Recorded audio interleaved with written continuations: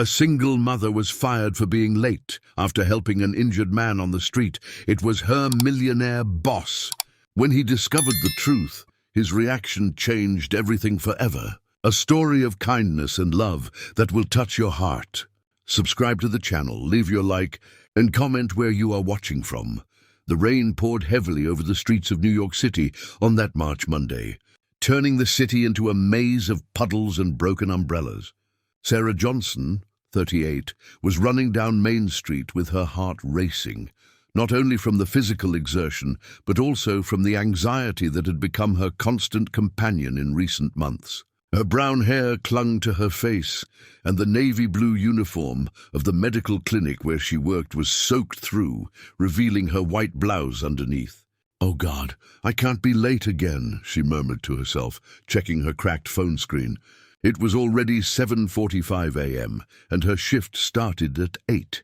This was the third time in 2 weeks that her alarm had failed to go off properly, or perhaps it was just her, too exhausted to even hear it anymore. She had been working as a receptionist at the City Medical Center for 5 years, a mid-sized establishment that catered to both insurance and private clients in the central area of the city. Sarah was the type of woman who carried the weight of the world on her shoulders without letting anyone notice. Her green eyes, despite the constant fatigue, still sparkled with an unwavering determination she had inherited from her mother, a woman who had raised 5 children alone in rural Pennsylvania. Her hands, always careful and precise, a legacy of her 10 years of experience as a nursing technician before accepting the administrative job, trembled slightly as she adjusted her bag on her shoulder. The career change had not been by choice. After a turbulent divorce from Robert 3 years prior, she had to take any job that allowed for more flexible hours to care for her children. Lucas, 16, a bright but introverted teenager who dreamed of studying medicine, and Isabella, 14, outgoing and dreamy, passionate about dance and social media. The $2,800 monthly salary barely covered the family's basic needs, especially after Robert simply disappeared, leaving behind only broken promises and child support that rarely arrived. "Damn it, damn it, damn it," she repeated, trying to shield herself from the rain with a magazine she found at the bus stop. The 2-bedroom apartment in Maplewood, where they had lived for 8 years, was becoming increasingly burdensome on the budget. The rent had gone up, the children's school was pressuring for supplies she couldn't afford, and the utility bills seemed to grow exponentially each month. It was then that she saw him. A few meters from the entrance of the clinic, a man lay on the wet sidewalk. He was wearing a perfectly tailored grey suit, even soaked by the rain, and a dark blue tie that contrasted with the alarming pallor of his face. His graying hair was plastered to his forehead, and his breathing was irregular, almost imperceptible. He appeared to be around 50, with striking features that denoted authority, even in that vulnerable state. Sarah stopped instantly. Her medical training took precedence over any hurry or personal concern. She dropped her bag on the ground and knelt beside the stranger, not caring about the dirty water from the gutter soaking her knees. Sir, can you hear me?" she called, immediately checking his pulse at his neck. Weak and irregular. Her decade of experience in healthcare made her recognize the signs immediately. Heart attack. The movement around her seemed to slow down. People hurried past, some glancing sideways, others pretending not to see. 1 or 2 stopped for a few seconds, but quickly went on their way, probably thinking someone else was already taking care of the situation. Sarah knew she couldn't rely on the kindness of others at that moment. "Can someone help me?" "Call EMS!" she shouted to the passers-by as she began first aid procedures. She loosened the man's tie and unbuttoned the top buttons of his shirt to allow for better circulation. Her hands worked with mechanical precision, a product of years of experience and training.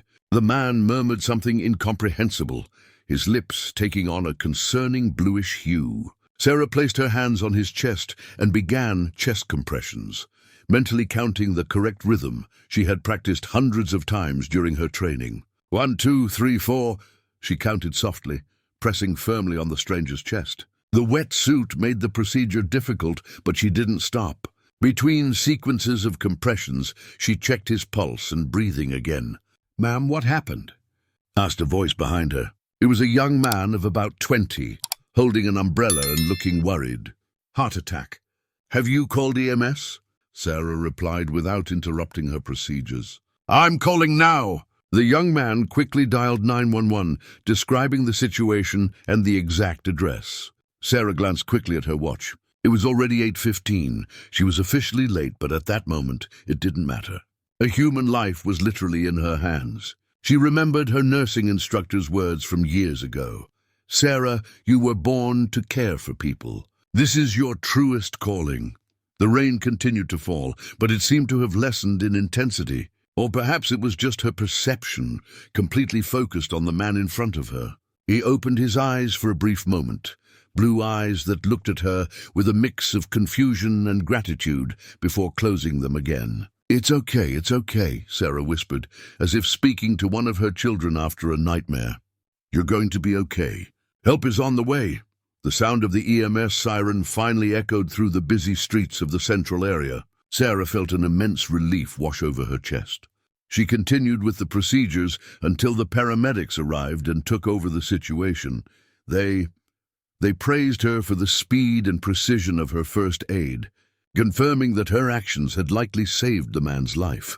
As she stood up, wiping her hands on her already muddy clothes, she realized that more than an hour had passed. It was almost 9:30 in the morning. Her stomach tightened with anxiety. 2 warnings were already on her record at the city medical center. A third would result in immediate termination. She picked up her bag from the floor, now also soaked, and ran toward the entrance of the clinic. Her footsteps echoed on the wet floor of the lobby, and she tried to compose herself quickly before facing what she knew awaited her. Dr. Henry Smith, the administrative supervisor, was waiting for her at the reception with an expression that left no doubt about his irritation. Dr. Henry Smith was a man who had turned ambition into a dark art. At 45 years old, his impeccable appearance, hair always perfectly styled with gel, expensive suits, and polished shoes, contrasted with the calculating coldness of his brown eyes. He had joined the city medical center 2 years ago, brought in by the board to modernize administrative processes and increase the company's profitability. For Henry, numbers mattered more than people, and efficiency was synonymous with the elimination of problematic elements. Sarah crossed the clinic's entrance hall with her heart racing. The environment she knew so well, white walls adorned with landscape paintings, blue chairs for patients, and the characteristic smell of disinfectant mixed with coffee, felt different that morning. More hostile, more threatening. The other staff members looked at her with a mix of pity and curiosity, whispering among themselves while pretending to organize patient files. "Sarah Johnson," Henry's voice cut through the air like a sharp blade. "My office, now?" She took a deep breath, adjusted her still damp hair, and followed the supervisor to the administrative office. Henry's office was a reflection of his personality, organized to the point of obsession, with shelves filled with management manuals, framed diplomas on the walls, and a glass desk where not a single pen was out of place. The only personal decoration was a photo of him receiving a Manager of the Year award at some corporate event. "Sit down," he ordered, pointing to the plastic chair in front of the desk, a deliberately uncomfortable choice for disciplinary meetings. Sarah complied, feeling the wet fabric stick unpleasantly to her skin. Her hands trembled slightly, not only from the cold, but from the tension of the moment she knew was coming. 2 hours and 30 minutes late, Henry began, consulting a printed report, not to mention the 15 minutes from last Monday and the 22 minutes from the previous Thursday. "Do you have any explanation for this unacceptable behavior?" "Dr. Henry, I can explain," Sarah started, trying to keep her voice steady. "On my way to work, I found a man having a heart attack on the street and you decided to play doctor." He interrupted her with a sarcastic smile that didn't reach his eyes. "Sarah, you're a receptionist. Your job is to arrive on time and answer phones, not to run out trying to save the world. I am a certified nursing technician," she retorted, feeling her blood boil. I have 10 years of experience in the field. I couldn't just let the man die on the sidewalk. Henry leaned back in his executive chair, intertwining his fingers on the desk. His eyes sparkled with a calculated cruelty that Sarah had never seen before, but that other staff members were already well acquainted with. "Ah, yes, your famous nursing experience," he said, flipping through a folder of documents. "The same experience you abandoned to take an easier job here, right? Let me see. Lower salary, less responsibility, business hours to take care of the kids." Sarah felt as if she had been punched in the stomach. Henry was deliberately humiliating her, touching on wounds he knew were sensitive. She thought of Lucas and Isabella, probably still sleeping at that moment, unaware that the family's livelihood was being threatened. "My personal life has nothing to do with my professional performance," she said, trying to maintain her dignity. "And what happened today was an emergency situation. A human life was at risk." "A human life," Henry repeated mockingly. "How romantic, how heroic, how completely irrelevant to this company." He stood up and walked to the window, observing the street below. "Sarah, you have already received 2 official warnings for punctuality. This clinic sees 200 patients a day. Every minute of delay represents financial loss and disorganization of the schedule. I understand that, Dr. Henry, but there is no but that justifies it." He cut her off again, turning to face her. "Do you want to know the truth? For months, I've been receiving reports about your conduct. Personal conversations during work hours, using the clinic's phone for personal matters, leaving early claiming problems with the kids." Sarah stood up, indignant. "That's a lie. I never—" "Are you questioning my word?" Henry's voice rose dangerously. "Are you suggesting that I am making up this information?" In fact, Henry was indeed inventing much of the accusations. In recent months, he had decided that Sarah represented everything he detested in employees: excessively human, emotionally invested in her work, and worse, respected by her colleagues. Her popularity among co-workers and her natural competence threatened the atmosphere of fear and control he had carefully cultivated at the clinic. "Dr. Henry," Sarah's voice came out softer now, but laden with a dignity that the situation could not break. "I have worked here for 5 years. My record speaks for itself. I have never had a single complaint from patients. I have always been punctual until the recent personal issues I am facing, and none of that matters now." He interrupted her for the last time. He returned to the desk and picked up a letterhead sheet. "Termination for cause. Serious misconduct at work without a plausible justification. Recurrence of tardiness after..." Informal advertisements. Sarah's world seemed to crumble in that moment. Just cause meant not only losing her job, but also not being entitled to unemployment insurance, notice pay, or access to her retirement fund. It meant explaining to future employers why she had been dismissed in such a manner. It meant going home and telling Luke and Isabella that she didn't know how she would pay the bills for the next month. "This is unfair," she murmured, feeling the tears sting her eyes. "I saved a person's life this morning. I did what any decent human being would do." Henry signed the document with a golden pen, his movements deliberately slow and theatrical. "You know what your problem is, Sarah. You confuse work with a missionary vocation. This is a company, not a charity." He extended the paper to her, but Sarah made no move to take it. Her hands remained firmly in her lap, despite all the internal despair she felt. "You can leave it on the table," she said, her voice surprising both of them with its firmness. "I will collect my things at the reception. Before you leave," Henry added with a cruel smile, "let me give you some free advice. Next time you're looking for a job, remember, employers want employees, not heroes." Sarah slowly stood up, smoothing her wet skirt and walking towards the door. Before leaving, she turned to face him one last time. "Dr. Henry," she said, her voice echoing through the room, "you may dismiss my position, but you cannot dismiss my character. And someday when you need help, I hope you find someone with more humanity than you have shown today." And with those words, she left the room, leaving Henry alone with his empty victory and the sound of the rain continuing to fall outside. 8 weeks had passed since that rainy morning that changed 2 lives forever. At City Hospital, in the 8th floor ICU, Edward Miller was finally beginning to emerge from the induced coma that the doctors had deemed necessary after his emergency heart surgery.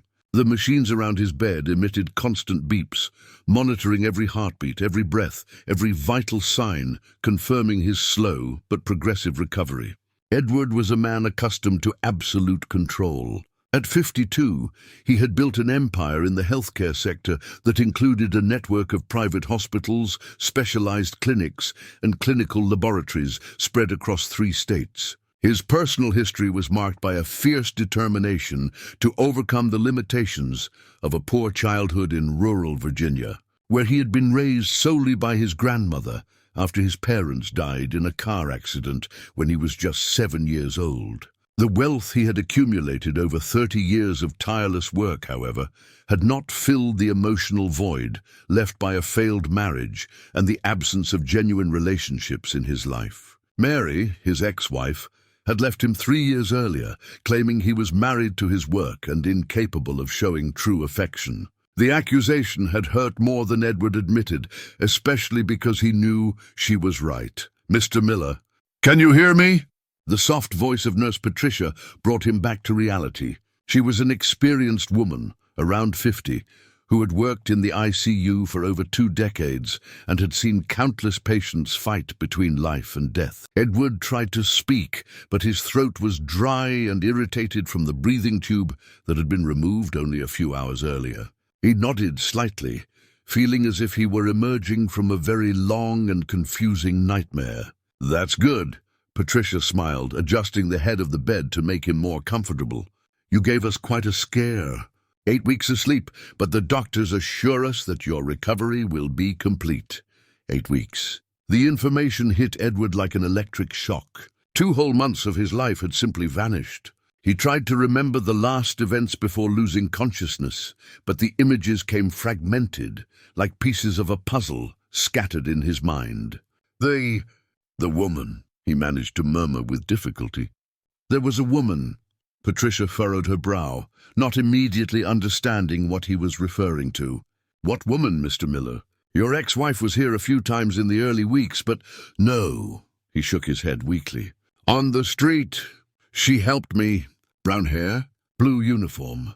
The images began to sharpen. A woman kneeling beside him on the wet sidewalk, her hands firm and careful, her soothing voice saying that everything would be all right. The nurse looked at him with renewed curiosity. In the early days after the surgery, when Edward was still sedated but occasionally murmured incomprehensible things, she had heard fragments that seemed to reference a woman. The doctors had attributed it to the effects of the medications, but now she realized it might be something more. "Let me call Dr. Carter," Patricia said. "He can explain better what happened the day you were found." Dr. Robert Carter was the cardiologist responsible for Edward's case. A meticulous man in his 60s, he had built his reputation by being straightforward and honest with his patients, even when the news was not good. He arrived at the room 15 minutes later, carrying the medical chart and a look of professional satisfaction. "Edward, what a joy to see you awake and aware," the doctor greeted, quickly checking the monitors. "How are you feeling?" "Confused," Edward admitted, his voice still hoarse. "I need to understand what happened. There was a woman on the street. She helped me." Dr. Carter pulled up a chair and sat beside the bed. "Yes, the paramedics mentioned that in the report. When they arrived at the scene, a woman was performing CPR on you. Apparently, she knew exactly what to do, and her actions were crucial in keeping you alive until the ambulance arrived." Edward closed his eyes, trying to reconstruct those final moments before he fainted. He remembered.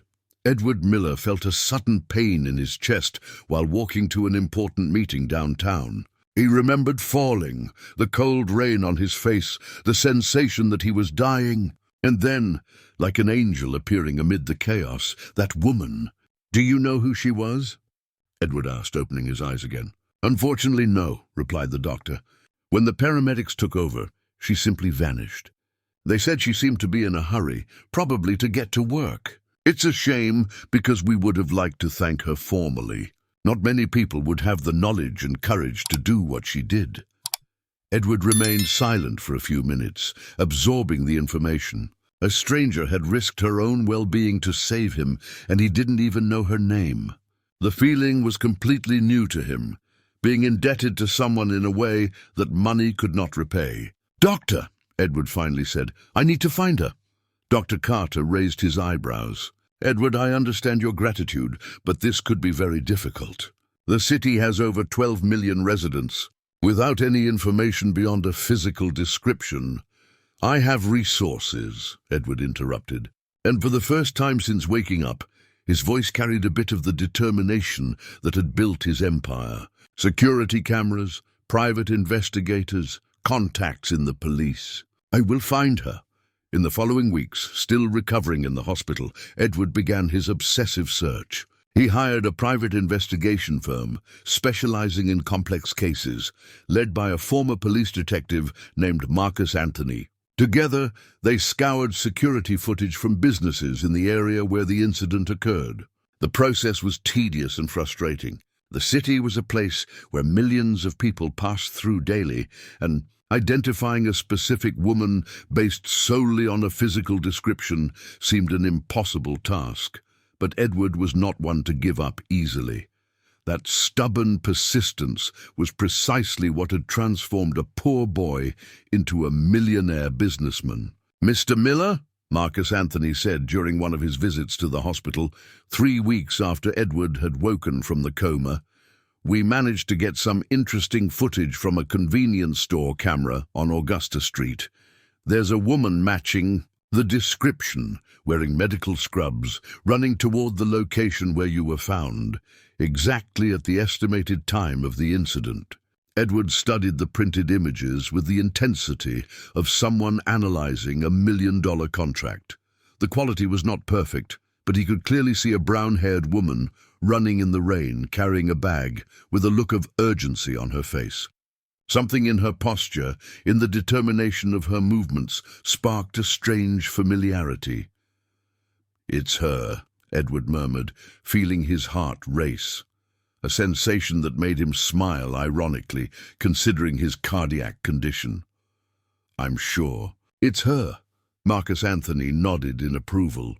"We managed to trace her path through other cameras. It seems she worked at some medical facility in the downtown area. We're checking clinics and hospitals that require that type of uniform."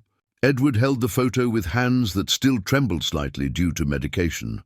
For the first time in his adult life, he felt moved by something beyond financial or professional ambition. It was gratitude, certainly, but there was something deeper, an almost desperate need to connect with someone who had shown genuine kindness without expecting anything in return. This unknown woman had done something that no one in his life had done before. She had risked something important, her job, her punctuality, her own safety, to help him without even knowing who he was or if he could repay the favor. And Edward Miller was determined to find her, even if it was the last thing he did in his life. Sarah Johnson woke up every day at 5 in the morning, even without a job to go to. The habit of 2 decades of working had become an automatic reflex. But now those extra hours of wakefulness only served to amplify her anxiety. Sitting at the small kitchen table in her apartment in Maplewood, with a cup of watered-down coffee, she had reduced the amount of grounds to make the package last longer. Sarah organized and reorganized the bills that piled up like an unrelenting avalanche. The apartment that had once been her refuge had become a constant source of pressure. 2 bedrooms, a living room, a kitchen, and a bathroom spread over 600 square feet that cost $350 in rent, plus $60 in utilities. Prices that seemed reasonable when she had a steady salary, but had now become an insurmountable mountain. Her savings, the meager $240 she had managed to save over 2 years of sacrifices, had evaporated in the first month after her layoff. "Mom, is there milk for the cereal?" Isabella asked, appearing in the kitchen still in her pajamas, with messy, curly hair and sleepy eyes. At 14, she still did not fully understand the gravity of the family's financial situation, although she was starting to notice the small signs: less frequent trips to the supermarket, the refusals when she asked for money to go to the movies with friends, the constant tension on her mother's face. "Of course, my love," Sarah lied, serving her daughter the little that remained in the box. She herself would only have black coffee, claiming she was trying to lose weight. Another lie to mask the reality that she needed to save every penny. Luke appeared next, already dressed in his school uniform. The eldest son had noticed the difficulties they were facing much more quickly. In recent days, Sarah had caught him searching for part-time job openings online, and the discovery had broken her heart. At 16, he should be worried only about studies, friends, and the normal dreams of adolescence, not about supporting the family. "Mom, I found some apprentice positions I can try for," Luke said, avoiding looking directly at her. "It's only 4 hours a day, it won't." Marina felt a lump in her throat. "Luke, my son, you don't need to." "I do," he interrupted her, his voice carrying a maturity that shouldn't exist in a teenager. "We are a family. I have responsibilities too." At that moment, the phone rang. Marina looked at the display and recognized the number.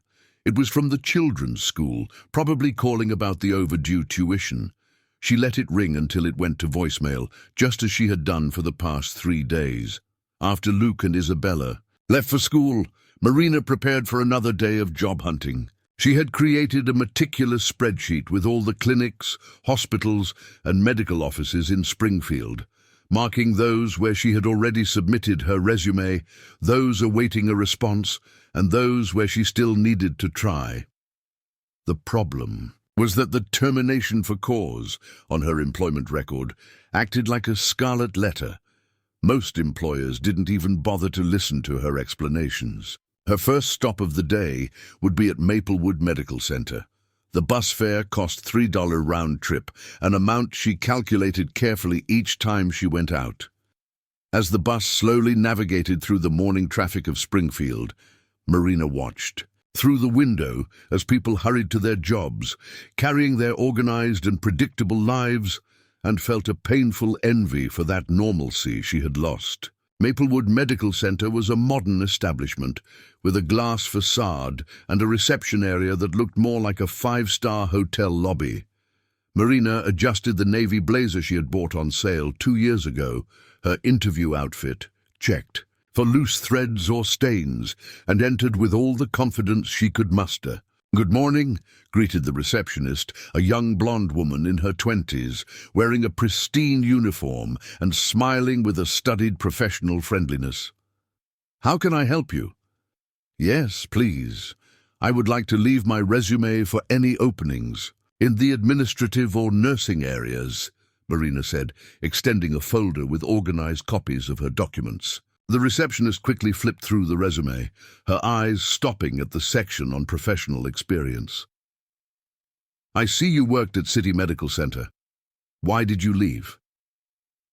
It was the question Marina feared the most, but for which she had rehearsed a carefully crafted response. "There was an administrative restructuring, and my position was eliminated," she explained, trying to keep her voice steady. "I understand," said the receptionist, but her tone had subtly changed. "I will add your resume to our database. If a position compatible with your profile opens up, we will contact you." Marina knew that "we will contact you" was a polite way of dismissing her, but she thanked her anyway and left the clinic with the familiar feeling of another door closing in her face. The next 3 stops were variations on the same theme: polite smiles, empty promises of follow-up, and the growing certainty that her professional reputation had been irreparably tarnished by her dismissal from City Medical Center. During lunch, a natural sandwich for $2 bought at a bakery, Marina did the math on a napkin. With the money left in her checking account, she could cover 2 more weeks of basic expenses. After that, she would need to make drastic decisions. The afternoon was nearly over when she arrived at her last stop, a small dental office in downtown Springfield. The place was much more modest than the previous ones, but Marina had learned that sometimes opportunities arose exactly where you least expected them. Dr. Henry Parker, the dentist owner, was a middle-aged man with delicate hands and a genuine smile that contrasted with the artificiality Marina had encountered throughout the day. He welcomed her personally, offered her a chair in his own office, and showed real interest in her experience. "Marina, I'll be frank with you," Dr. Parker said after carefully reviewing her resume. "My current receptionist is leaving at the end of the month because she's moving to the countryside. The salary I can offer is $2,200, much less than you earned before, but it's a calm and family-oriented work environment." Marina felt her heart race. It wasn't ideal, but it was a real opportunity. "Dr. Parker, I accept. When can I start?" "Well," he hesitated for a moment, "there's just one question. I will need references from your last job. It's standard procedure, you understand." And once again, Marina found herself trapped in the snare created by the vengeance of Henry Smith. She knew that any contact with City Medical Center would result in negative comments that would eliminate any chance of getting the position. "Of course, I completely understand," she said, maintaining her smile even as she felt the world crumbling around her again. "I will arrange the references and get back to you tomorrow." Walking back to the bus stop, Marina finally allowed the tears to roll down her face. The injustice of the situation consumed her. She had saved a life, demonstrated the noblest values of humanity, and was being punished as if she were a criminal. That night, after Luke and Isabella went to bed, Marina sat down at the kitchen table and made a decision she knew was inevitable. She picked up the phone and dialed her sister Carla's number in Springfield. "Carla," she said when her sister answered, "I need to talk to you about something important." The conversation was difficult but necessary. Carla, married with 2 small children, immediately offered the guest room in her home. It wouldn't be comfortable. 5 people sharing a space designed for 3, but it would be temporary, just until Marina could get back on her feet. As she organized the documents to begin the process of terminating her lease, Marina looked around the apartment that had been her home for 8 years. Every corner held memories. Luke taking his first steps in the living room, Isabella rehearsing dance routines in her room, movie nights. Sarah Johnson thought about weekends, birthday celebrations, dreams and plans that now seemed to belong to another life. But she was a survivor. She had overcome a traumatic divorce, raised 2 children on her own, and built a career from scratch. Neither Henry Smith nor the circumstances would bring her down for good. "This is just temporary," she whispered to herself, turning off the lights in her apartment. "We will make it. We always do." And with that silent determination burning in her chest, she prepared for another night of restless sleep, knowing that tomorrow would bring new challenges, but also new possibilities. Mark Anthony knocked on the door of the VIP room at City Hospital at 3 in the afternoon on a sunny Thursday, carrying a brown folder that contained the results of 3 weeks of intensive investigation. Edward, who had already been discharged but preferred to conduct his most important business in the hospital environment, an irony that did not go unnoticed by him, was sitting in a leather chair by the window, reviewing financial reports for his network of hospitals. "Mr. Miller," the investigator said with a professional smile, "we found her." Edward immediately dropped the papers and turned to Mark Anthony with an intensity that surprised them both. Over the past few weeks, as his physical strength returned, his obsession with finding the mysterious woman had grown proportionately. It was not just gratitude. He had begun to realize that it was something much more complex and disturbing. "Sarah Johnson," Mark Anthony continued, opening the folder and spreading photographs and documents across the coffee table. 38 years old, nursing technician, graduated from St. Camillus University, worked for 10 years in public hospitals before accepting an administrative position at City Medical Center. Divorced, 2 teenage children, Luke, 16, and Isabella, 14. Edward studied the photographs with growing fascination. They were images discreetly captured in recent days. Sarah leaving job interviews, walking through downtown streets, waiting for buses, always with that same determined expression he vaguely remembered from the morning of the accident. Even in the photos where she looked tired or worried, there was something in her posture that conveyed an unshakable inner strength. "Where does she work now?" Edward asked. Mark Anthony's expression grew darker. "Now that's the interesting part of the story, Mr. Miller. She was fired from City Medical Center on the same day she saved you, for just cause, citing tardiness." Edward raised his eyebrows, feeling a strange indignation forming in his chest. "She was fired because she helped me." "Exactly. She arrived 2 hours late because she stopped to give first aid to you. The administrative supervisor, a certain Dr. Henry Smith, did not accept her explanations and summarily dismissed her."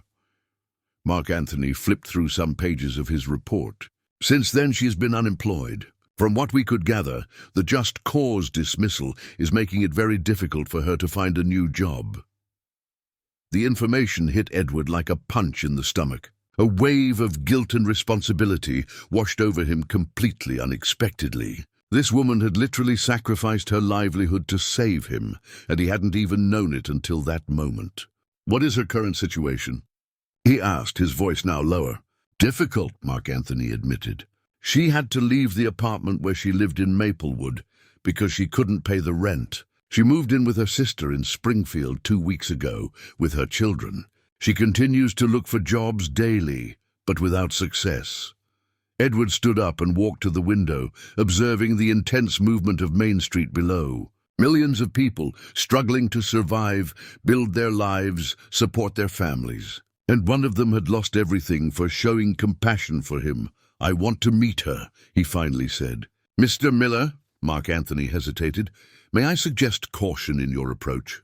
From our investigation, she's a person of very strong principles. A very direct approach, or one that seems, well, self-serving, may not yield the result you expect." Edward turned to face him. "What do you mean?" "I mean that offering money directly, or expensive gifts, or anything that might sound like a reward for a good deed will likely be rejected. She has a history of independence and strong personal pride. Even during her divorce, she refused to accept a higher alimony from her ex-husband, preferring to build her own financial stability." Edward absorbed the information in silence. He was used to solving problems with money, buying solutions, using his financial power as a tool to get what he wanted. But this situation required a completely different approach. "Where can I find her?" he asked. Mark Anthony consulted his notes. "Tomorrow morning, she has an interview scheduled at New Life Clinic in the Liberty area. After that, she usually has lunch at a cheap diner near Central Square before continuing her job search in the downtown area." Edward spent the rest of the day carefully planning his first meeting with Sarah. He couldn't just show up and introduce himself. That would be too shocking and could scare her away. He needed a more subtle, more natural approach. The next morning, deliberately dressed more casually, jeans, a dress shirt without a tie, and a simple blazer, Edward strategically positioned himself in a cafe near New Life Clinic. At 10:30, he saw Sarah exit the building with a familiar expression of barely concealed frustration. Even from a distance, he could tell that the interview had not gone well. He discreetly followed her through the busy downtown streets, keeping a safe distance. Sarah walked for 15 minutes until she reached the diner that Mark Anthony had mentioned, a simple establishment called Home Flavor, with formica tables and a menu, handwritten on a chalkboard hanging on the wall. Edward waited 5 minutes before entering. The place was moderately busy, with workers from the area quickly grabbing lunch before returning to their jobs. Sarah was sitting alone at a corner table eating a sandwich. Marina was sitting in a cafe, flipping through job classifieds in a newspaper.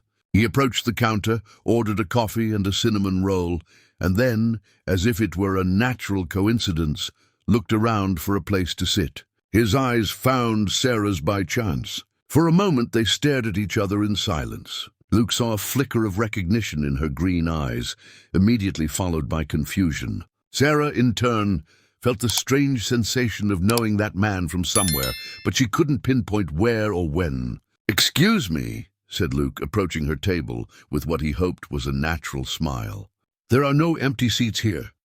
Would it be possible to share the table?" Sarah looked around the cafe and noticed that there were indeed no other available tables. "Sure," she replied, moving the newspaper to make more space. Luke sat down, trying to control the anxiety he felt. He was finally in the presence of the woman who had become a silent obsession over the past few weeks. Up close, she was even more impressive than in the photographs.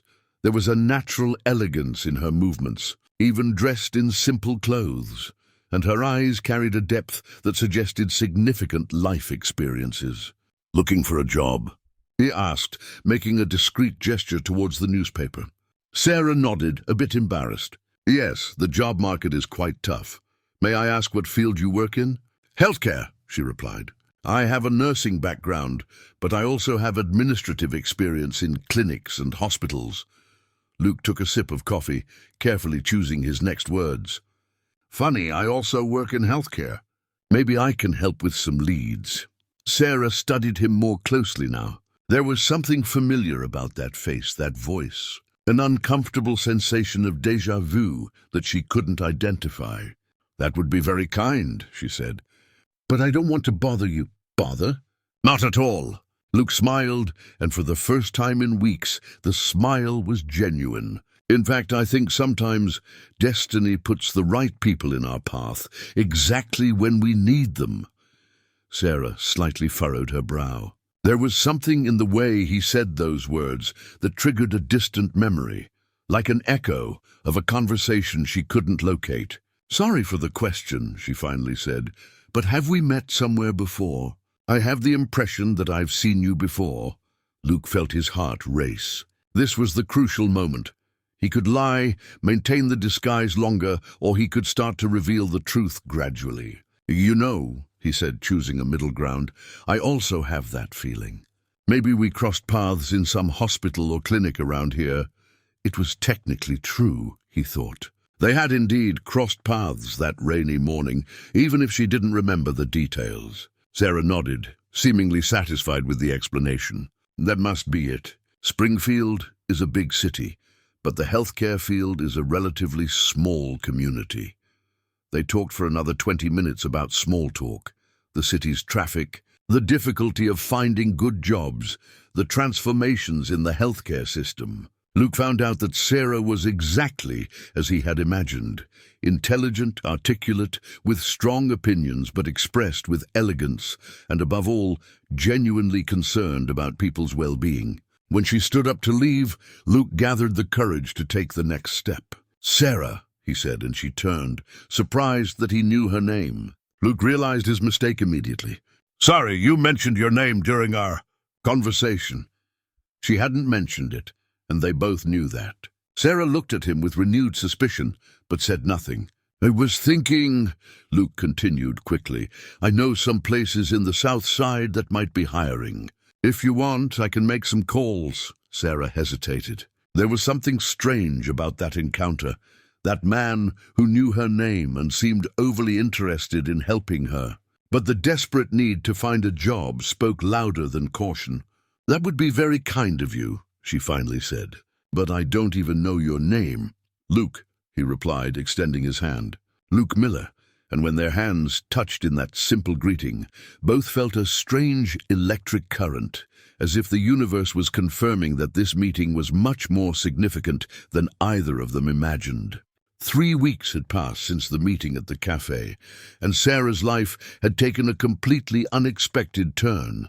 Luke had kept his promise to make some calls, and she was now working as a patient care supervisor at Hope Clinic, a modern establishment located in Springfield, just 20 minutes from her sister Carla's house. The salary of $3 was better than anything she had found in months of searching, and for the first time since her layoff, Sarah began to glimpse the possibility of rebuilding her financial independence. The clinic was a welcoming environment, with walls painted in soft shades of green and blue, ornamental plants scattered throughout the hallways, and a small but dedicated team. Sarah had quickly adapted to the administrative routines, applying her nursing experience to improve patient care protocols. Her direct supervisor, Dr. Patricia Adams, was a family physician in her 50s who appreciated Sarah's competence and dedication. What Sarah didn't know was that Hope Clinic had been acquired by Luke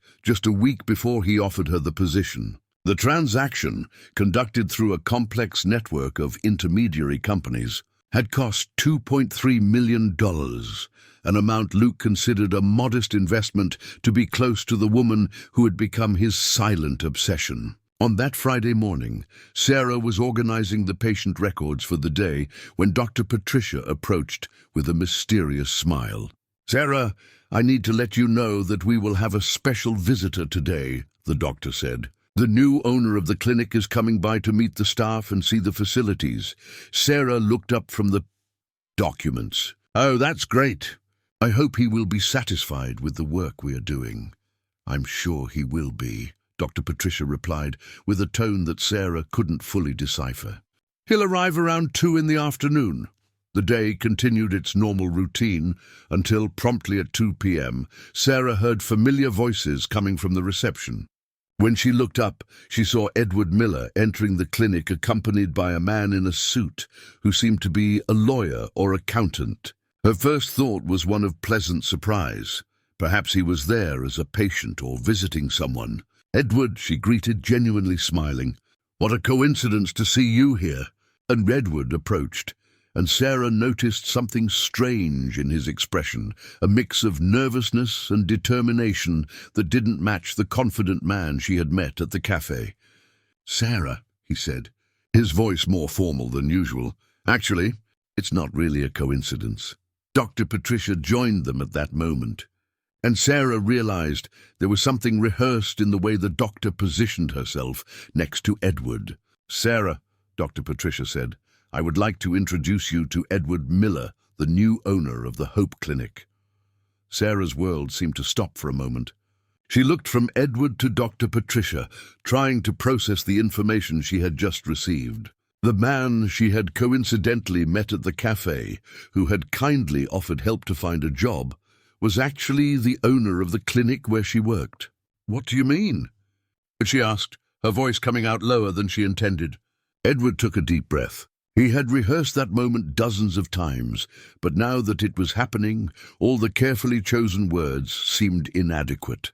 "Sarah, I can explain," he began. "Explain what exactly?" Sarah's voice was rising, and some staff members began to discreetly look in their direction. "Explain how you lied to me from the very first moment. Explain how you manipulated me into accepting this job." "It wasn't manipulation," Edward tried to argue. "I really wanted to help you." "Help?" Sarah laughed, but it was a laugh devoid of humor. "You used me. Made me believe I was getting this job on my own merit when in fact it was just—" "What, charity?" "Pity." Dr. Patricia tried to intervene. "Sarah, maybe you two should talk privately." "No!" Sarah interrupted her, her indignation growing by the second. "I want to understand now. Edward, who are you really? Why did you do this?" Edward looked around, noticing that the situation was attracting more attention than he desired. "Sarah, please, let's go somewhere more private. I promise I will explain everything." Sarah hesitated for a moment, but her need for answers spoke louder. She followed him to the main office of the clinic, closing the door behind her with more force than necessary. The office smelled of eucalyptus due to an essential oil diffuser that Dr. Patricia always kept on. The walls were decorated with medical diplomas and photographs of soothing landscapes, but the atmosphere at that moment was charged with tension. "Start talking," Sarah said, crossing her arms and positioning herself as far away from him as possible. Edward leaned against the desk, running his hands through his hair, a nervous gesture Sarah had never seen before. "My name really is Edward Miller," he began, "and I really work in healthcare. I own a network of hospitals and clinics in Chicago, Los Angeles, and Texas." Sarah felt as if she had been punched in the stomach. A millionaire businessman? That explained the expensive clothes she had noticed, the natural confidence in his movements, the way he spoke about business. "Continue," she said, her voice more controlled now, but icy. "2 months ago, I had a heart attack on the street," Edward continued, watching her reaction closely. "A woman found me collapsed on the sidewalk and saved my life, performing first aid until the ambulance arrived." Sarah felt a chill run down her spine. Fragmented memories began to form in her mind. A man in a grey suit, rain, chest compressions. "That woman," Edward continued, taking a step toward her, "disappeared before I could thank her. I spent weeks looking for her until I finally managed to find her." "No," Sarah whispered, shaking her head slowly. "It can't be." "You saved my life, Sarah," Edward said, his voice heavy with genuine emotion. "And when I found out you had been fired because of that you were struggling financially for helping me, I couldn't just do nothing." Sarah sat heavily in the chair meant for patience, her legs suddenly unable to support her. The pieces of the puzzle finally fell into place. The feeling of familiarity, his medical knowledge, the excessive interest in helping her. "You deceived me," she finally said, her voice almost a whisper. "From the very first moment, you deceived me. I didn't want to deceive you." Edward moved closer, kneeling beside her chair. "I wanted to get to know you. I wanted to understand what kind of person would risk everything to save a stranger. And the more I got to know you, the more I realized that what?" Sarah stared at him with tears in her eyes. "That you are the most extraordinary person I have ever met," he said, his voice low and intense. "That for the first time in my life, I found someone who acts out of genuine kindness, expecting nothing in return." Sarah abruptly stood up, stepping away from him. "No, you don't understand anything. I lost my job because of that day. I lost my apartment, my independence. I almost lost my dignity. My children had to leave the school they attended. We had to move to my sister's house. And that's why I wanted to compensate you." Edward stood up as well. "You sacrificed everything to save me. The least I could do was ensure you regained your stability." "Ensure?" Sarah laughed bitterly. "You guaranteed nothing. You gave me an illusion, made me believe I was rebuilding my life on my own merit when it was just a puppet in your private gratitude show." Edward felt as if each of her words was a stab.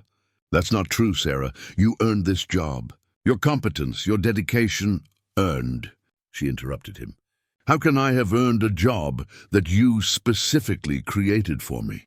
How can I trust anything you say now?" The silence that followed was filled only with the distant sound of traffic and the low hum of the air conditioning. Edward realized he had completely underestimated Sarah's reaction. He had imagined she would be grateful, perhaps even moved by the revelation. "Sarah," he tried one last time, "I understand your anger. I realize I approached this the wrong way. But please, don't let this destroy the opportunity you have here. This clinic needs you. The patients benefit from your work." "No!" She cut him off, heading for the door.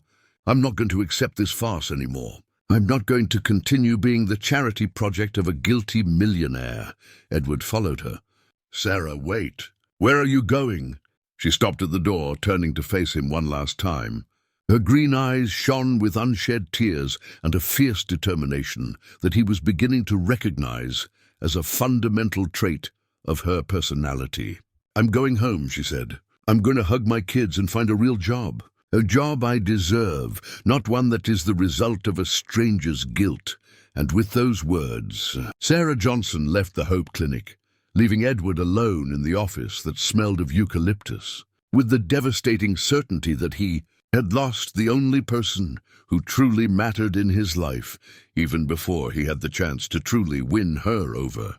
Carol's house in Springfield had never seemed so small as it did that Friday night. Sarah arrived from the clinic with red eyes and an expression that her sister immediately recognized as the harbinger of an emotional storm.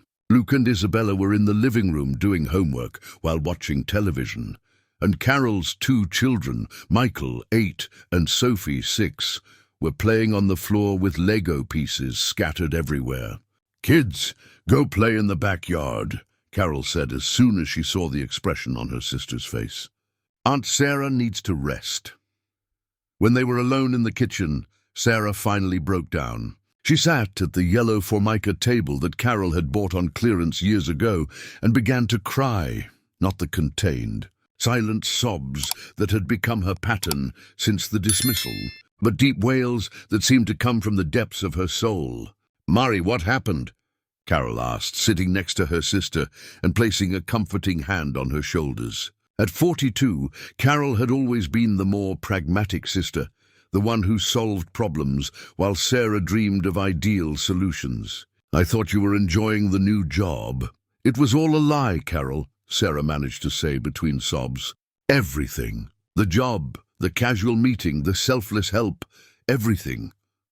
For the next 40 minutes, Sarah told the whole story, from the day she saved Edward to the devastating revelation at the clinic. Carol listened in silence, occasionally asking questions to clarify details, but mostly offering the silent support that Sarah needed at that moment. "Let me see if I got this straight," Carol said when Sarah finished speaking.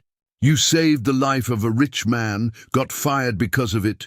He sought you out for weeks, bought a clinic to give you a job, and you're mad because he did that?" Sarah looked at her sister incredulously. "Carol, he deceived me. He made me believe I was getting that job on my own merit." "And you weren't?" Carol asked, getting up to prepare tea. "Murray, from what you told me, you worked really well at that clinic. The patients liked you, the doctor was impressed with your competence, but the job only existed because he created the opportunity." Sarah protested. "It wasn't a real achievement." Carol placed the kettle on the stove and turned to face her sister. "Sarah Johnson, you are one of the most stubborn people I know, and sometimes that stubbornness blinds you to obvious things." "What do you mean?" "What do you mean?" Carol repeated, crossing her arms. "A millionaire fell in love with you enough to buy an entire clinic just to get to know you better, and you're complaining that he wasn't honest about his intentions." Sarah fell silent for a moment, processing her sister's words. "He didn't say he was in love. Men don't buy clinics out of gratitude, Mari," Carol chuckled softly. "They send flowers, maybe a fancy gift. But buying an entire business? That's the act of a man in love."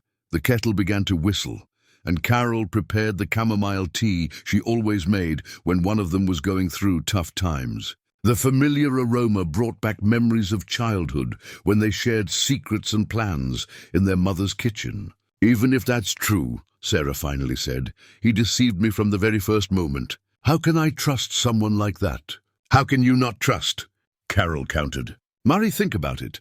How many rich men do you know who would bother to investigate a woman's life just to make sure she was okay? How many would feel responsible for the consequences of an act of kindness?"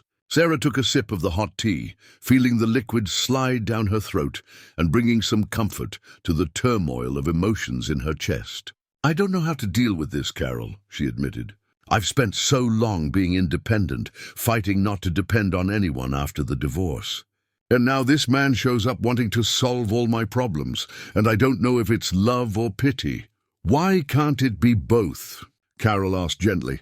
"Why do love and compassion have to be separate things?" Separated?" Before Sarah could respond, Luke entered the kitchen. The teenager had visibly grown in the last few months, not only physically, but also in emotional maturity. The family's financial crisis had forced him to leave childhood behind sooner than he should have. "Mom," he said, sitting down at the table with them, "I need to tell you something." Sarah looked at her son apprehensively. "What is it, my love?" "I got the scholarship for the technical course in computer science," Luke said, trying to control the emotion in his voice. "It's full tuition, and they're also going to help me get a paid internship on weekends." Sarah felt a mix of pride and sadness. Pride in her son's determination and competence, sadness knowing he was taking on responsibilities that shouldn't be his. "Luke, that's wonderful," she said, hugging him. "But are you sure you want to work on weekends? You're still very young." "Mom," Luke gently interrupted her, "I want to help. We're a family, and families help each other." What that man did, maybe it wasn't the most honest way, but at least he tried to help too. Sarah looked at her son in surprise. "Did you hear our conversation?" "Part of it," he admitted. "And look, I understand why you were upset. But Mom, you saved his life. If I were him, I would do anything to give back too." Carol smiled at her nephew. "See, even a teenager understands better than you do." Sarah sighed, feeling torn between her justified indignation and the seemingly simple logic that both Carol and Luke presented. "It's not that simple," she murmured. "Maybe it is exactly that simple," said a voice from the kitchen door. It was Isabella, who had approached silently. "Mom, you always taught us that we should accept help when it's offered with good intentions. Why would this be different?" Sarah looked at the three faces watching her expectantly, her sister, her two children, and realized she was being confronted not only with her own insecurities, but with a completely different perspective on the situation. Meanwhile, on the other side of the city, Edward was in his penthouse apartment in Maplewood, a 3,200-square-foot space decorated by a famous designer. But that night, it felt empty and lifeless. He had dismissed the housekeeper earlier and was now alone, sitting on his balcony overlooking the Chicago skyline, trying to understand where he had gone wrong. Mark Anthony had called 3 times, wanting to know the details of the meeting at the clinic, but Edward didn't have the energy to explain the disaster that afternoon had been. Instead, he was rethinking every word, every decision he had made since the day he woke up from the coma. Maybe Sarah was right. Maybe he had truly been manipulative, selfish in his approach. He had only thought of his own need for gratitude and redemption, without considering how she would feel discovering the truth. His phone rang again, probably Mark Anthony. But when he looked at the screen, he saw an unfamiliar number. "Hello," he answered. "Mr. Miller?" said a young female voice. "This is Isabella Johnson, Sarah's daughter." Edward straightened up immediately. "Isabella? How did you get my number?" "My mom left the business card you gave her in her purse," the teenager explained. "Listen, I know she was upset today, but could you talk to her one more time?" Edward felt a spark of hope ignite in his chest. "Isabella, I don't know if your mom would want you calling me." "My mom doesn't know I'm calling," Isabella admitted. "But I think you two are being silly. You like her, don't you? And she, well, she was more angry than sad, and my mom only gets like that when something really matters to her." Edward smiled for the first time since leaving the clinic. "Do you think she would give me a second chance?" "I think you should try," Isabella said. "But this time, be completely honest. My mom hates lies, but she forgives almost anything if the person is sincere." After hanging up the phone, Edward stayed on the balcony for another hour, carefully planning his next approach. This time there would be no manipulations, no forged coincidences or half-truths. This time he would lay his heart completely open and let Sarah decide if there was space in her life for a man who had made mistakes but was genuinely in love with her. The second chance Isabella had suggested would also be his last chance to win the heart of the woman who had saved much more than his life. She had saved his ability to truly love for the first time. Sunday dawned sunny in Springfield, a stark contrast to the turbulent emotional state Sarah had been carrying since the revelation at the clinic. She had spent the entire weekend in reflection, alternating between serious conversations with Carol and moments of contemplative silence in the small backyard of the house, where she tried to organize her thoughts while watching the children play. At 10 in the morning, when Sarah was helping Carol prepare Sunday lunch, the front doorbell rang. Luke went to answer and returned with a curious expression on his face. "Mom," he said, "there's a man outside who wants to talk to you." He said his name is Edward. Sarah felt a knot in her stomach. She looked at Carol, who made a discreet gesture encouraging her to see him. She dried her hands on a dish towel and walked to the front door, where she found Edward standing outside the low iron gate, dressed deliberately casually, jeans, a white t-shirt, and sneakers in a clear attempt to seem less intimidating. "Sarah," he said as soon as she appeared, "thank you for agreeing to see me." "I didn't say I agreed," she replied, keeping the door slightly ajar. "What do you want?" Edward took a deep breath.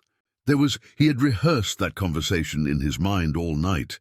But now, standing in front of her, all the prepared words felt inadequate.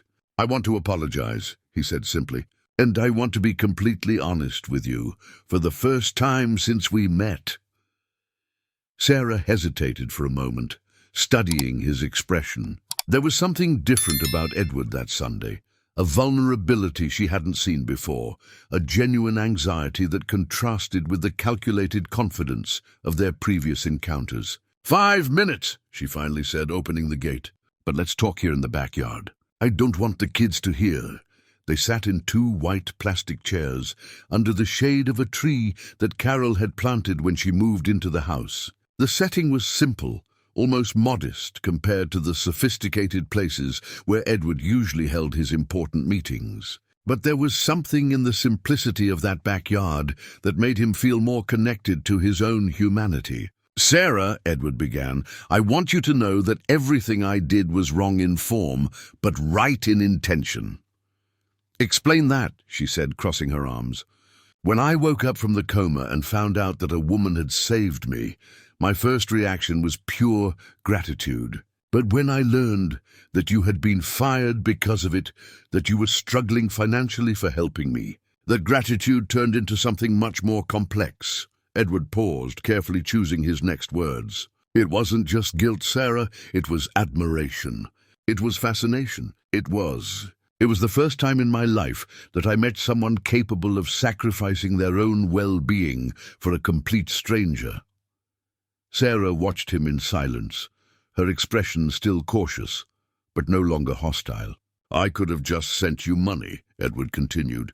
"I could have had my lawyer resolve your financial difficulties anonymously. But I wanted to meet you. I wanted to understand what kind of person you were, and that's why you lied about who you were." "And that's why I was cowardly," Edward admitted. "I was afraid that if you knew the truth from the beginning, you would see me as just another rich guy trying to buy your gratitude. I was afraid you would reject any approach." Sarah remained silent for a few moments, watching the kids playing in the neighboring yard. The sound of their laughter created a curiously comforting soundtrack for that tense conversation. "Edward," she finally said, "the problem isn't that you have money or that you wanted to help me. The problem is that you took away my right to choose." "What do you mean?"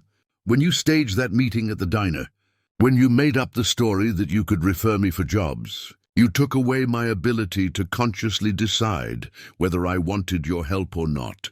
Sarah's voice was firm, but not aggressive. "You turned me into a puppet of your own redemption narrative." Edward felt the weight of that accusation like a punch in the stomach. "You're right," he admitted.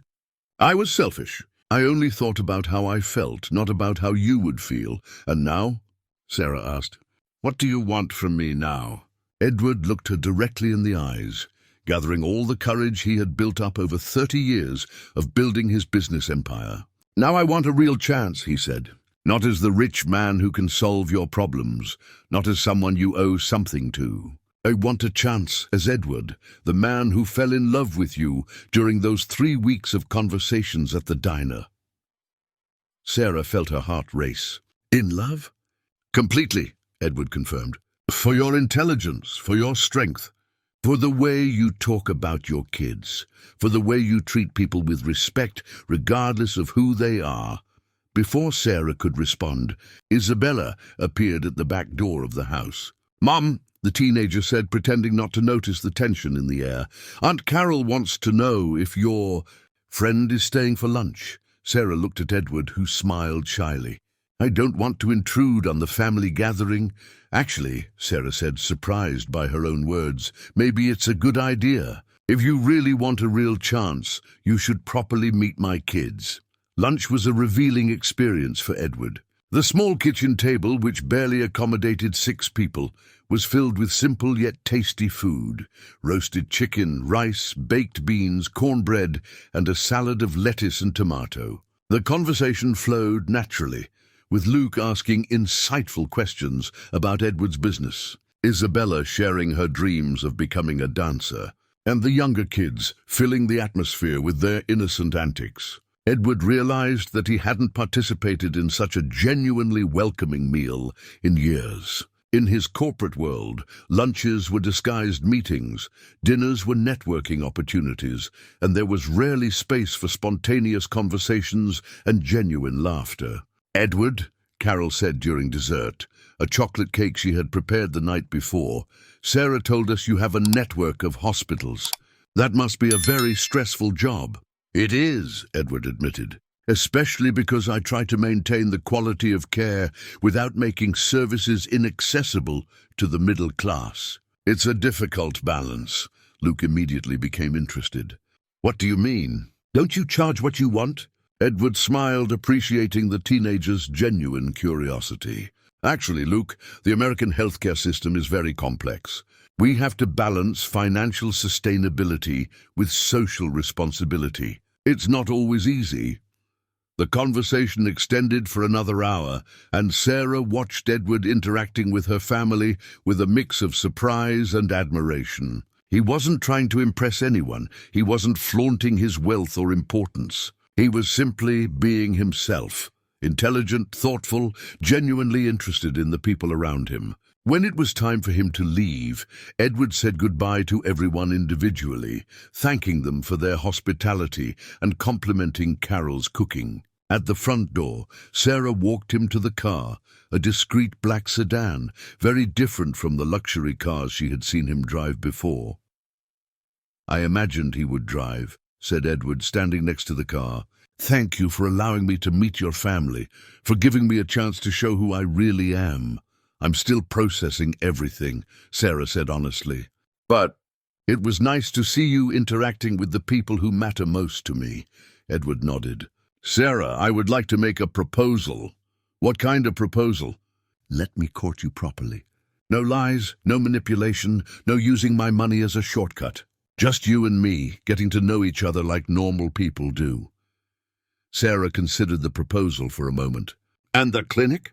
"The clinic remains yours if you want it, but now you know the truth about its origin. The decision is entirely yours." Edward paused. "But regardless of your decision about the job, I would like to invite you to dinner with me tomorrow night. A real date, where you can ask any questions you want, and I promise to answer with complete honesty."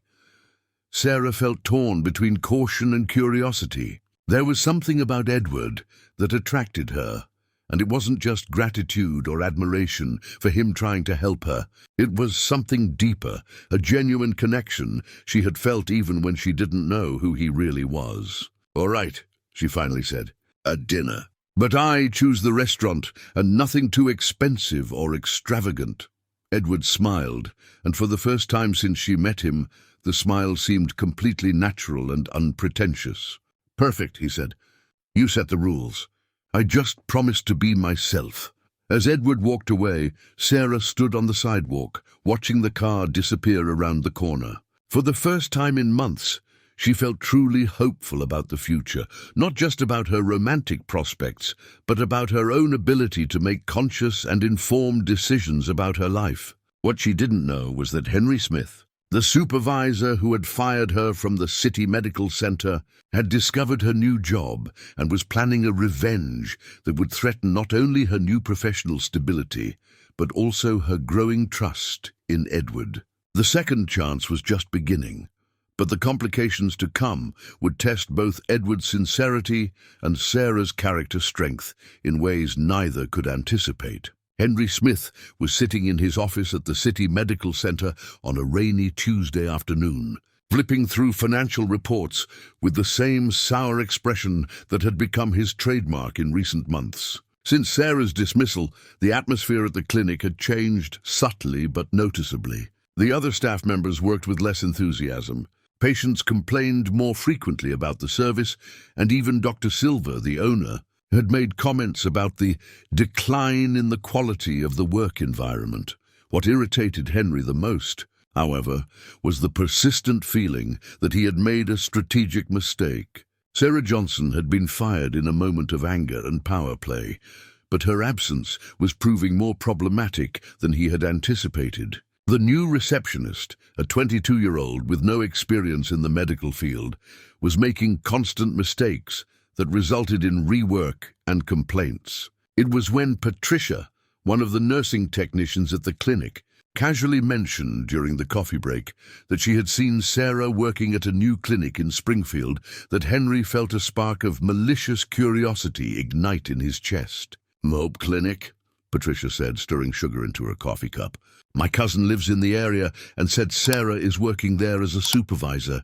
It seems she's even earning more than she did here." Henry feigned disinterest, but inside his mind was already working. How had a woman fired for cause managed to land a supervisory position in such a short time? There was something strange about this story, and Henry Smith hadn't gotten to where he was by ignoring details that didn't add up. That same afternoon he made a few calls to contacts in the medical field in Springfield. The area was small, and information about new establishments circulated quickly among professionals. That's how he discovered that the Hope Clinic had recently been acquired by a business group linked to Edward Miller's hospital network. The name Edward Miller triggered a specific memory in Henry. 2 weeks after firing Sarah, he had read in the business news about a health entrepreneur who had suffered a heart attack in downtown Chicago. The article mentioned that the executive had been saved by a person who preferred to remain anonymous, who provided first aid at the scene. Henry was not a stupid man. His ambition had been built on a keen ability to connect seemingly unrelated information. The date of the heart attack, the area where it happened, the fact that Sarah had arrived late to work that same day, claiming to have helped someone who had fallen ill. He picked up the phone and called Mark Vincent, a private investigator he had previously used to check the backgrounds of employees in delicate situations. "Mark," Henry said when the investigator answered, "I need a discreet investigation on a former employee of mine, Sarah Johnson. I want to know exactly how she got her current job and what her relationship is with Edward Miller." 3 days later, Mark Vincent returned with information that exceeded Henry's most ambitious expectations. Not only had Sarah saved Edward Miller, but the entrepreneur had bought the Hope Clinic specifically to employ her. There were photographs of Edward visiting Sarah's home in Springfield, evidence that they had met multiple times before her hiring. Henry smiled for the first time in weeks. He had in his hands exactly the kind of information he could use to restore his own prestige at the city medical center, while simultaneously destroying the new life Sarah had built. On Friday morning, Henry scheduled a meeting with Dr. Silver, the owner of the city medical center. Robert Silver was a cardiologist. It had been 65 years since he founded the clinic 30 years earlier, and he had always prioritized the ethical reputation of the establishment over immediate profits. "Dr. Silver," began Henry, spreading documents and photographs across the table, "I need to inform you about a situation that could compromise our clinic's reputation." Dr. Silver, who had never fully liked Henry's authoritarian methods, examined the materials with growing skepticism. "What is it about, Henry?" "About the dismissal of Sarah Johnson," said Henry, trying to maintain a professional tone. "I discovered that she was involved in a situation of nepotism and favoritism that could have legal implications for our clinic if we hadn't acted." Henry then recounted his distorted version of the facts. Sarah had deliberately delayed meeting Edward Miller, had faked the medical incident to create a situation that allowed her to get close to a wealthy businessman, and had used her position at the clinic to obtain privileged information about medical procedures that she later used to impress her future employer. Dr. Silver listened with an increasingly grim expression, not because he believed Henry's accusations, but because he was beginning to understand the kind of man he had hired as the administrative supervisor. "Henry," Dr. Silver said when the supervisor finished his presentation, "these are very serious accusations. Do you have concrete evidence that Sarah Johnson acted unethically? Doctor, the evidence speaks for itself, Henry replied, pointing to the photographs. A woman dismissed for just cause gets a better job within weeks with the same man she claimed to have helped on the day of the delay. The coincidence is impossible. Dr. Silver studied the images for a few minutes. There were indeed photographs of Edward visiting Sarah, of seemingly intimate conversations between them, of a relationship that clearly transcended the professional. What do you propose we do? Dr. Silver asked. I propose that we inform the competent authorities about the possible fraud, Henry said, barely able to contain his satisfaction. And I suggest we send a formal letter to Hope Clinic informing them about Sarah Johnson's problematic background. It is our ethical duty to protect other establishments from employees with questionable conduct. Dr. Silver remained silent for several minutes. Finally, he stood up and walked to the window of his office, observing the street traffic below. Henry, he said without turning around, Sarah Johnson worked at this clinic for 5 years without a single formal complaint. Her professional record is impeccable. Her colleagues respected her, and patients often praised her care. Doctor, people with ulterior motives can be very convincing, and people motivated by personal revenge can be very destructive.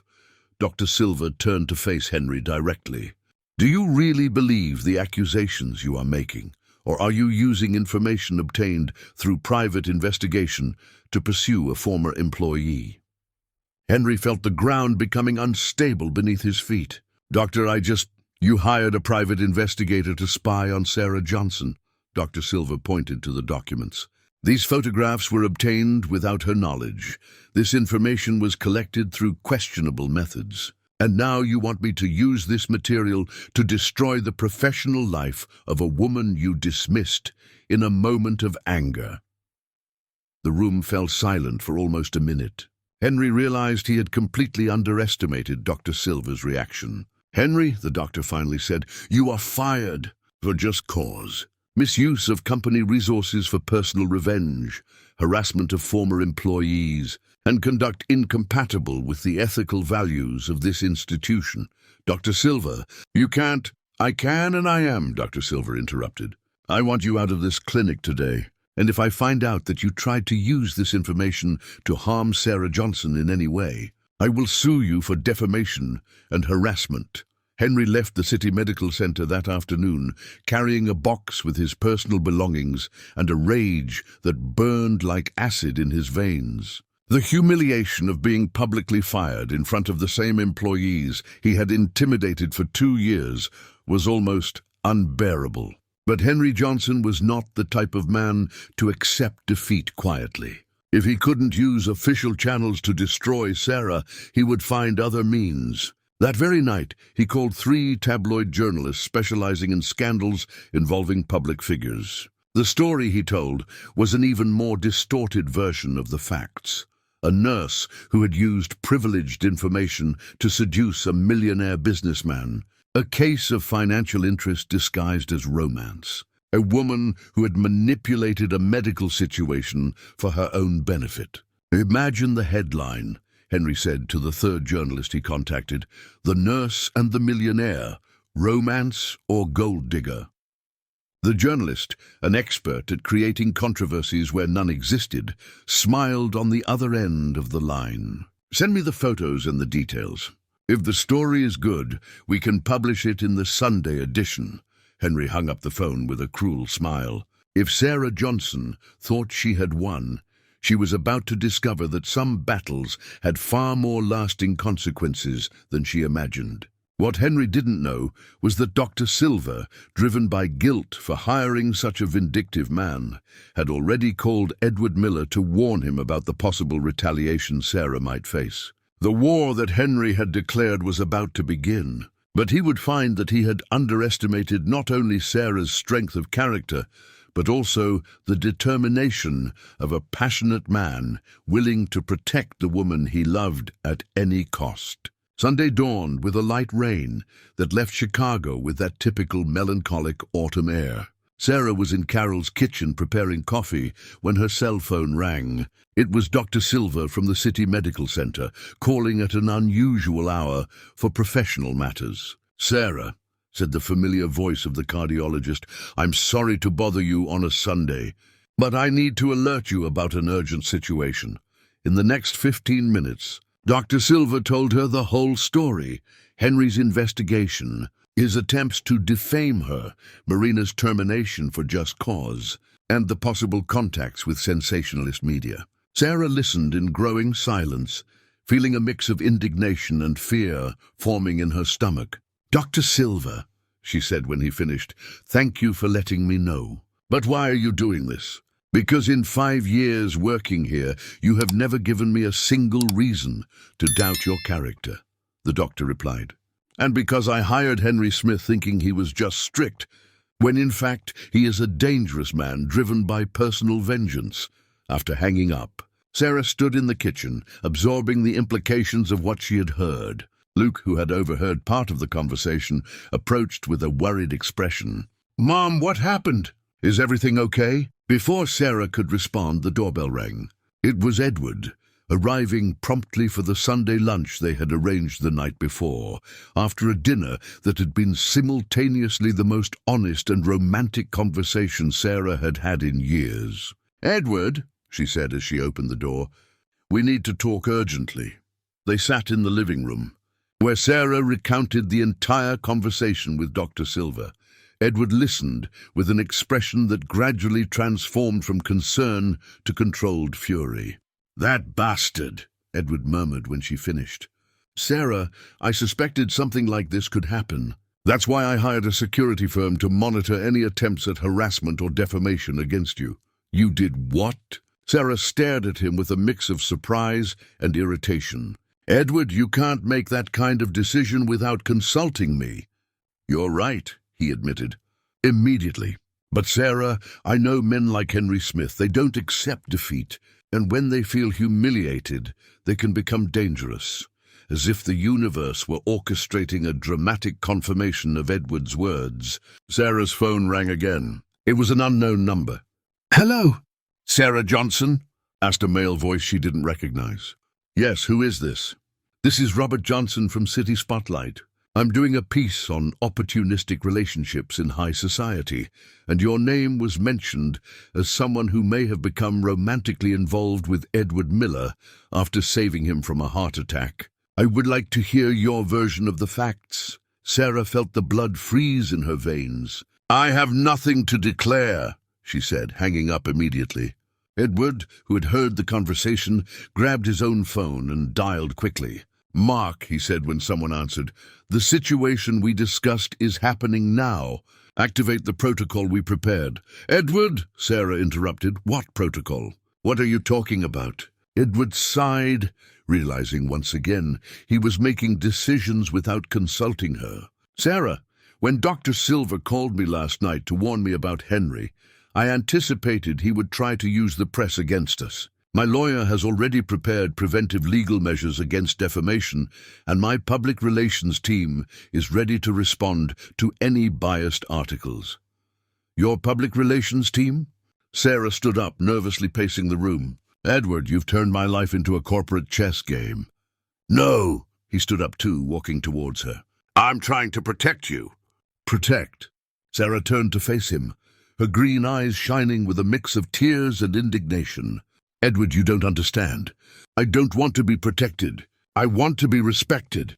I want to be consulted before decisions are made about my life." Luke, who was in the kitchen with Isabella and Carol's children, appeared at the entrance of the living room.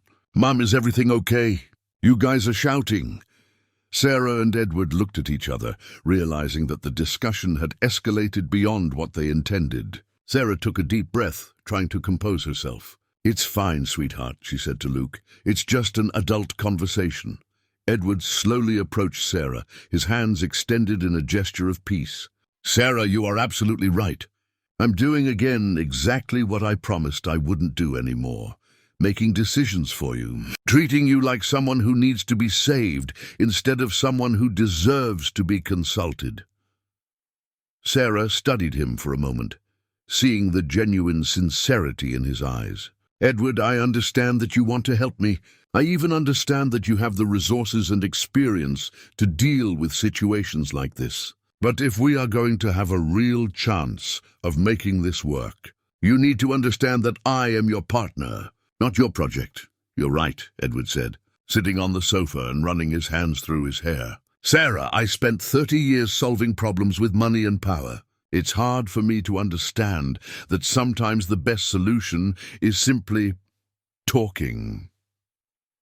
Sarah sat down next to him, but maintaining a physical distance that reflected the emotional distance she still felt. "Edward, what really bothers me is not that you want to help me. It's you deciding how to help me without asking how I would like to be helped." Edward turned to look at her directly. "What would you like me to do differently?" "I would like you to ask me, Sarah, how can we face this together? Instead of coming in with ready-made solutions," she replied. "I would like you to trust my ability to make decisions about my own life." At that moment, Sarah's phone rang again. This time she looked at Edward before answering. "It's another journalist," she said, checking the unknown number. "How do you want to handle this?" Edward asked, and Sarah immediately noticed the difference in his approach. "I want to answer and give my version of the facts," she said. "But I would like you to be here by my side when I do." Edward smiled, the first genuine smile since the tension had begun. "It would be an honor." Sarah answered the phone and put it on speaker.